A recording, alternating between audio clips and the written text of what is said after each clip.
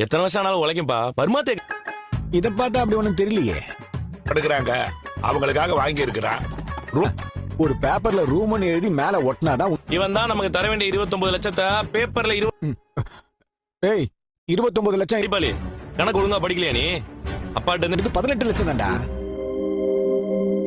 இவன் இப்படிலாம் யோசிக்க மாட்டானே. கணக்கு டீச்சர் நீதானா?